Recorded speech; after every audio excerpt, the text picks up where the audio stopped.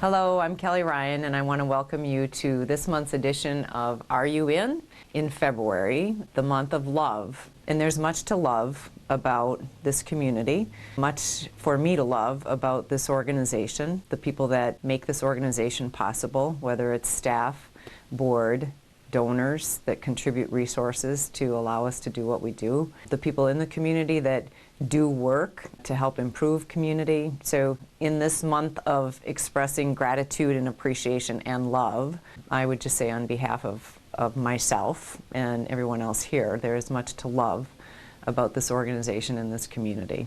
At Incourage, we have what we call our North Star, and that's our vision. Our vision statement is we're an adaptive community that works well for all people. It's a very, very powerful vision statement, and as I do when I talk about it with groups or we talk about it internally, we begin to break it down and say, what does it mean to be an adaptive community? An adaptive community is one that is resilient, one that is thriving, one that is able to meet challenges and change. And the communities that will thrive are those that are able to adapt in the midst of uncertainty and change. That works well. There's the next piece of the vision. Working well is a very powerful statement because working well means that institutions are collaborating and working together toward common goals, that we are building trust, that we are allocating and sharing resources so that we have sustainability in the community and in the organizations that are important here. And lastly is for all people. That last piece of the vision statement means that we have to have a community that is inclusive, welcoming, is mindful of difference, whether it's racial difference, whether it's socioeconomic status, and by all people it can mean ages, youth, senior citizens. It's a very, very powerful statement to say that we want a community that works well for all people. That's our vision. It's lofty, it's big, and that's what vision statements are supposed to be. But I believe it's achievable because I believe that there is great love here in Southwood County. There's great love for each other. There's great love for this place and what its potential is in the future. Thank you for once again tuning in. Happy February to you. Happy Valentine's Day with much love from your community foundation.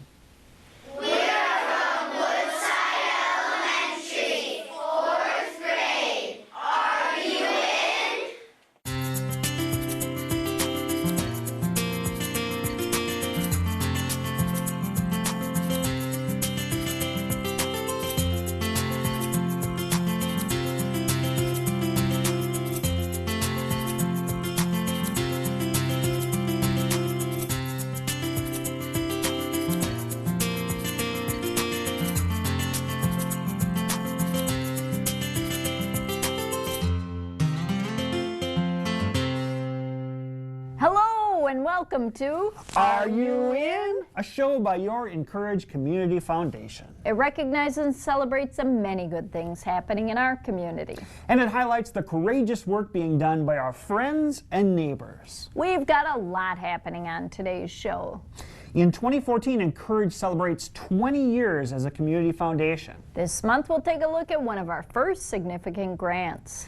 Also, we'll learn about a School Plus grant that's teaching fourth graders about both business and the importance of giving to others. Very cool grant. And there's always a lot going on at Incourage. Find out what's happening this month. Today we're on location at the site of a local building. It's part of a monthly segment we call Where Are We in Southwood County? We're not giving away where we are. That would be way too easy. We'll give you a few hints, but you'll have to guess and stay tuned. Hint number one.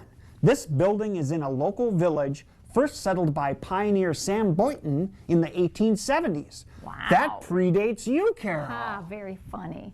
Hint number two. You'll want to check this place out. Check it out. Get it?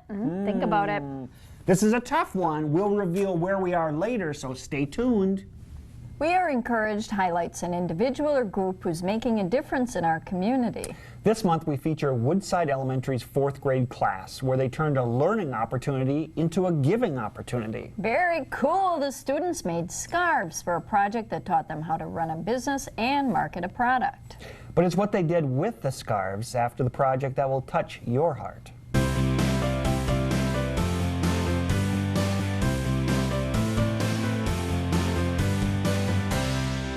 What we've come up with is to make fleece scarves, which is something that 4th graders can generally do. In the process of doing that, we talk about different elements of math and measurement, and we also talk about economics and marketing a product, and then we go on to make the scarves, which, as you can see, they're doing right now.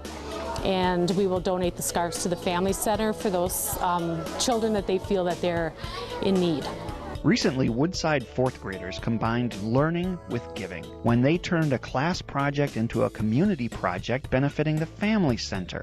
In addition to using their math, writing, and marketing skills, they helped other kids who are victims of domestic or sexual abuse. We have to set up kind of like storefronts, and then we have to buy and sell scarves.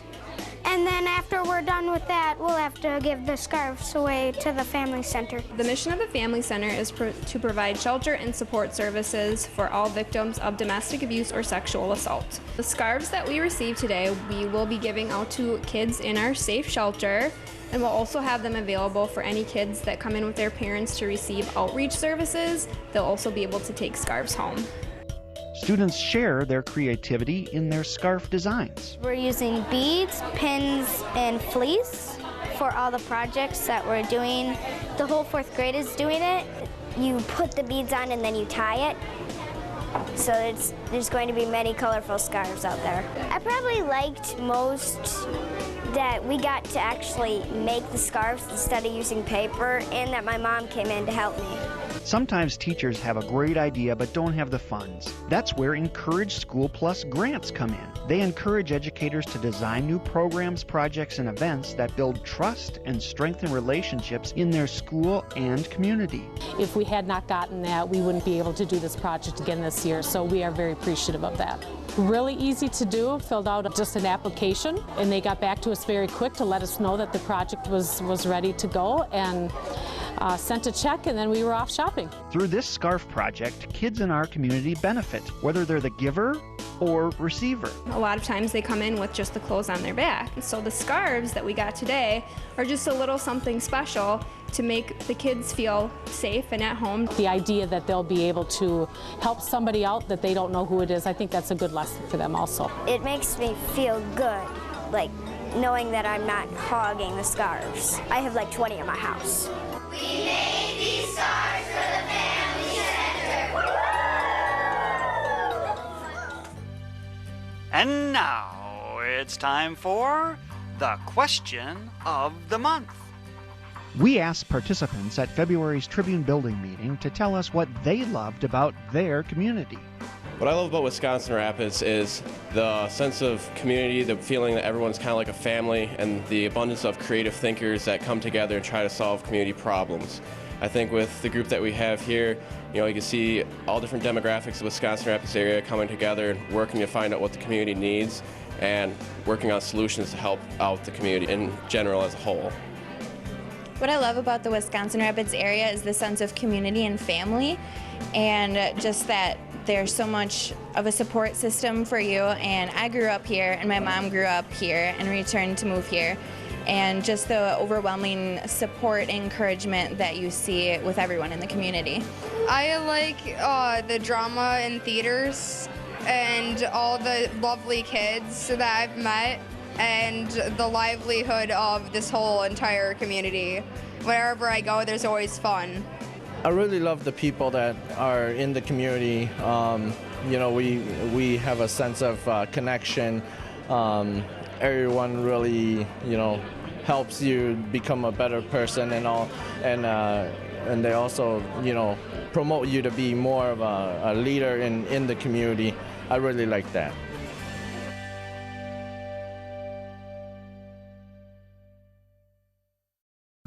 In February, phase 1 of the Tribune Building project wrapped up. But we're not done yet. Soon we'll start phase 2. So it's time to celebrate what's been accomplished so far and look ahead at what's coming next.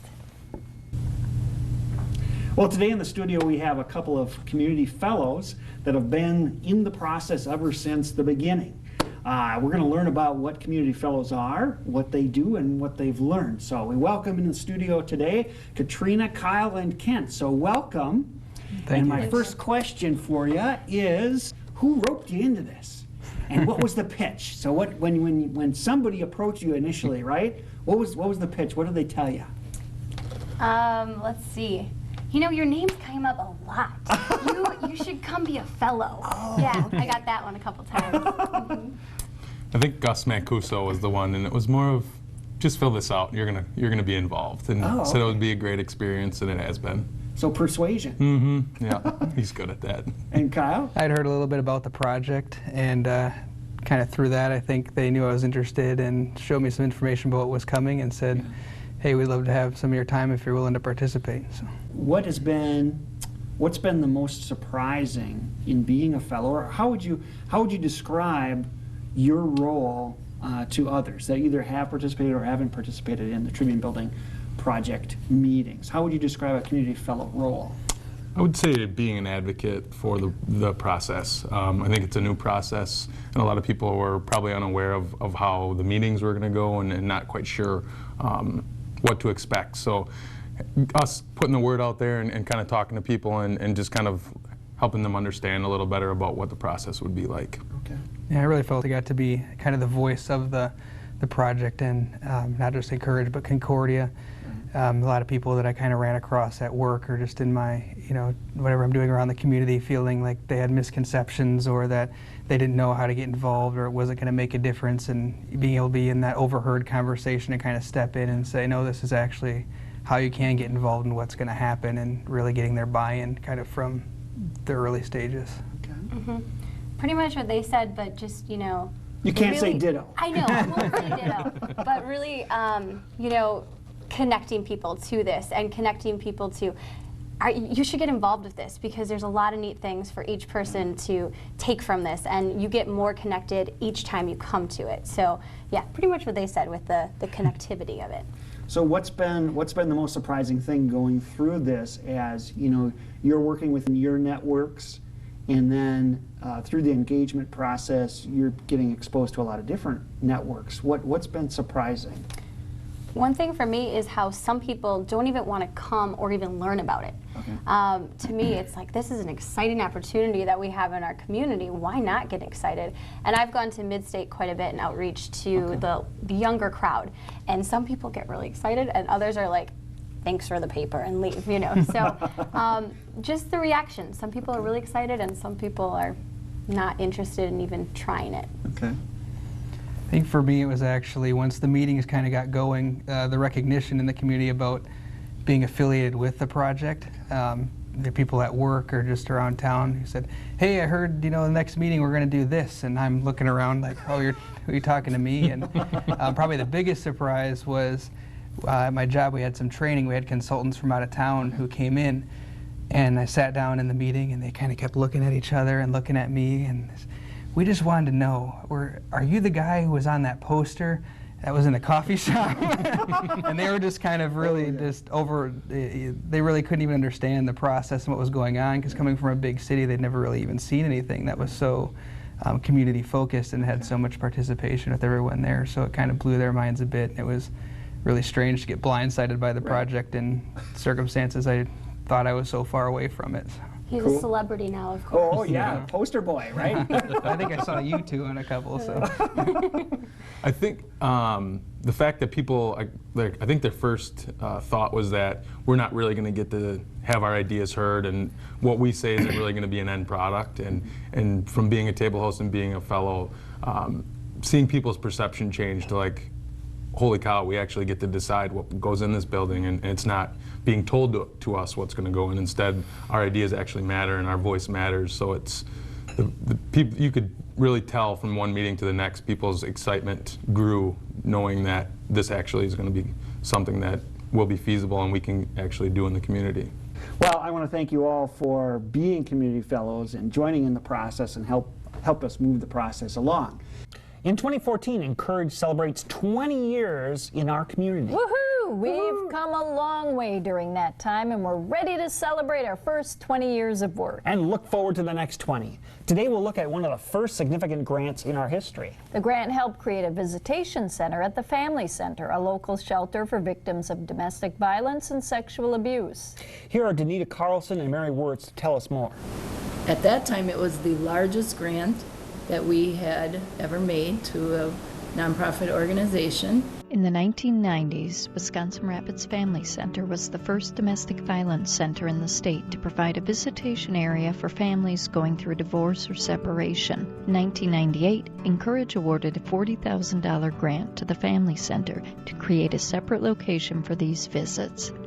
The Family Center serves victims of abuse, and what our mission is that we want to eliminate violence and provide safety for all that have been abused. The Visitation and Exchange Center provides children and parents who are struggling with custody battles or domestic violence issues. It's really a place to maintain a healthy, positive relationship.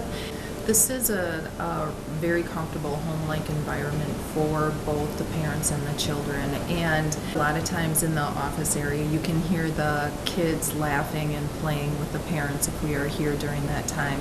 And so it is a very nice area to have the visitations and also a safe area for them to be. Several unrestricted funds that Incourage helped make this grant possible. The funds that made this grant possible are through our unrestricted funds. Those types of funds, donors say to us, you know best what are the needs of the community, so we want you to decide how those funds are used. And just like in 1998, the need for a visitation center was there. Today we have different kinds of needs in our community, and we're able to address those. And in 10 to 15 years and even further into the future, our needs will be different. With unrestricted funds, we're able to meet those changing needs. Over the years, hundreds of families have used the Visitation Center. This grant continues helping strengthen connections for families going through divorce or separation. At that time, we had no idea that this would become a national model, and just seeing how it has grown and served the number of families that it has in our community is just tremendous. What I see from this grant is really over the years that the families have been safer throughout that time. There's been less violence with those families, and they're healthier through that. In February, Phase 1 of the Tribune Building project wrapped up. But we're not done yet. Soon we'll start Phase 2. So it's time to celebrate what's been accomplished so far and look ahead at what's coming next. Well, today in the studio we have Christy Anderson and Karen Ganazzi, who are Tribune project co-managers. And we also have Bobby Hill from Concordia. And so we've completed Phase 1 of the Tribune Building project. And what are your takeaways? Bobby, let's start with you. Well, I'm just terribly excited about the work that's taken place, and I think everybody had a great time tonight really finalizing their programming elements and being able to place them on the first floor or the second floor and really hone in so we can make some decisions about what that program will be. Karen.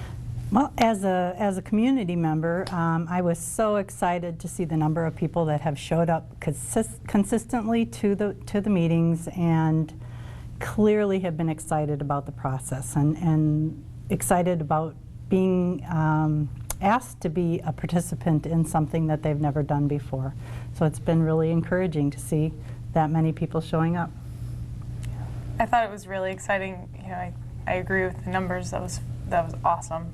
But hearing people on the way out say, I'll see you at Phase 2 or can't wait to see you in the spring, I thought that was nice to hear from, you know, the 150 plus people. Absolutely. You know, we can't wait to see you again. Great. And speaking of Phase 2 then, what comes in Phase 2 that people should know? Well, phase 2 is going to be the actual design process, and we were able to distinguish the difference between where we are, what we have been doing, which is building the program, which is challenging, especially when you're really letting the community determine that. So going from 939 some odd ideas into the very focused and prioritized ideas that came through tonight has been really exciting. So that, if you will, is the palette, and that's what we'll use to begin the design process. And in that process, we actually have some distinct phases. So we'll go through schematic design, and that's where you start to think about the schematics of what the rooms are and how they relate to each other and what does the outside look like, just getting a general feel for the look and the taste of what it's going to be. And then we'll do design development, and that's where you really start to hone in and refine the space and talk about furnishings and fixtures and paint colors and details and all the, if you will, it's kind of the jewelry of the project. So and what's the time frame on that? Well, we will, it'll take us a little bit to take all this information tonight and to come up with roughly 3 scenarios. And then we expect to start the first design meeting sometime in the spring. And then we will work through the spring and the summer, and hopefully in the fall we'll be ready to finalize the actual drawings and hopefully put a shovel in the ground sooner rather than later. Fantastic. And Karen and Christy, any hopes for phase 2? But when you speak of jewelry, I think of the building as a jewel, and you know, it's an architecturally special place, and to be able to see the transformation of it into, you know, what it can be and its place on the river and how that can be integrated is really exciting, and that's what's going to start happening in phase 2. I would agree. I think tonight people being able to physically move blocks around throughout the activity, the transformation started to feel very real, and I think that when they start to see drawings and start to really make decisions about what the space is going to look like, I think it's just going to keep getting more and more real until we get to put that shovel in the ground. And one thing I would say, just to sort of really hit home with me this evening, was in the 2 times where we had feedback, what people said was, you know, how much they enjoyed it and appreciated being part of the process, but most importantly, what it felt like to be continuing to build a stronger community and the new relationships that they've made and built and hope to continue to pursue in the next process. And that, to me, is the most rewarding thing, and that, to me, is what makes it sustainable. Fantastic. Well, thank you all for joining us for this update. We'll see you when phase 2 starts, and appreciate continuous update of the community on the Tribune Building project. And Bobby, since you're new, we want to encourage you to keep doing the good work, and Christy Absolutely. and Karen, of Thank course you so much. I really appreciate it. All right, take care. All right, thank you. Thanks, Carol.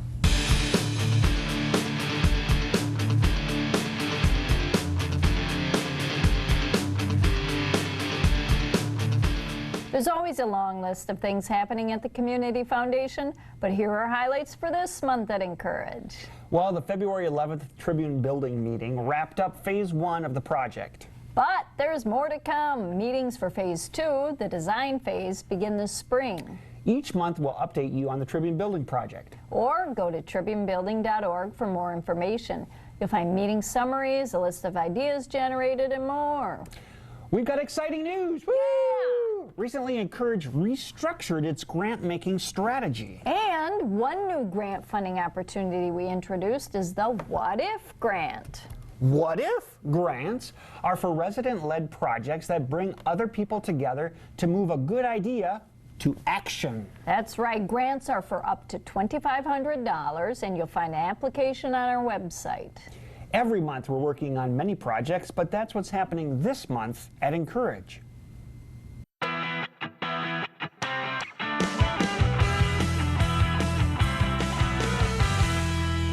Okay, we're back, and it's time to find out, where are we in Southwood County? Rick, did you know that there are more public libraries than McDonald's in America? Exactly 16,604, including branches. And I've got a late book from each one. No, I didn't know that, but did you know that 1 in 3 public libraries in America has a Facebook account? Ah, really? Well, the Leicester Public Library of Vesper has a Facebook account, and so much more. Well, here's Andrea Halbersma to tell us more.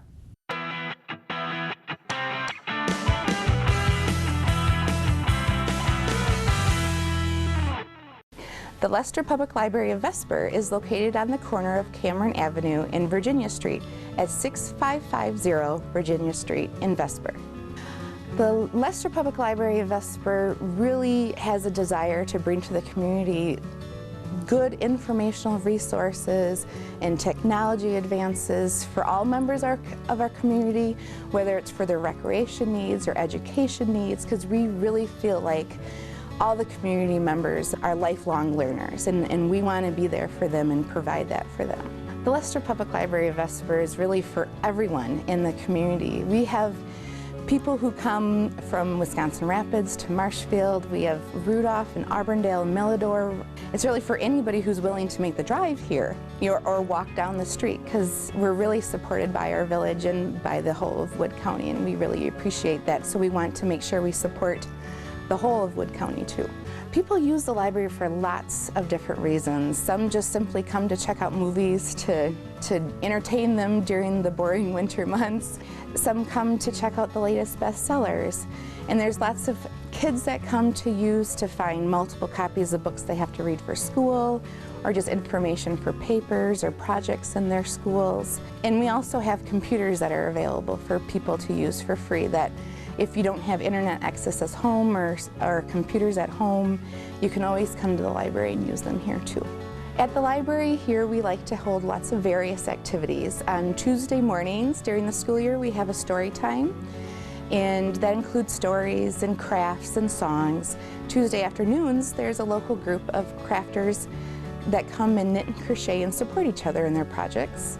We have a book club that meets monthly, and we also like to have special activities for kids during the school year when they have days off of school. Our library is unique that it's a very personal experience, because the librarians still check out the books for our patrons, and that's a lot different than the bigger libraries. So we always like to make that personal contact when they first come in. If you're looking for just personal, friendly service, always a welcoming smile, and just an infinite resource of knowledge and fun and recreation use too. And it's all for free, so how can you go wrong? Well, that's it for today's show. We appreciate you joining us to see that there's a lot to love about our community. Here at Incourage Community Foundation, we're excited to celebrate our 20-year anniversary. We hope you'll continue joining in our celebration over the coming months. As always, a huge thanks to River Cities Community Access for hosting us. So tune in again next month for another edition of Are You In?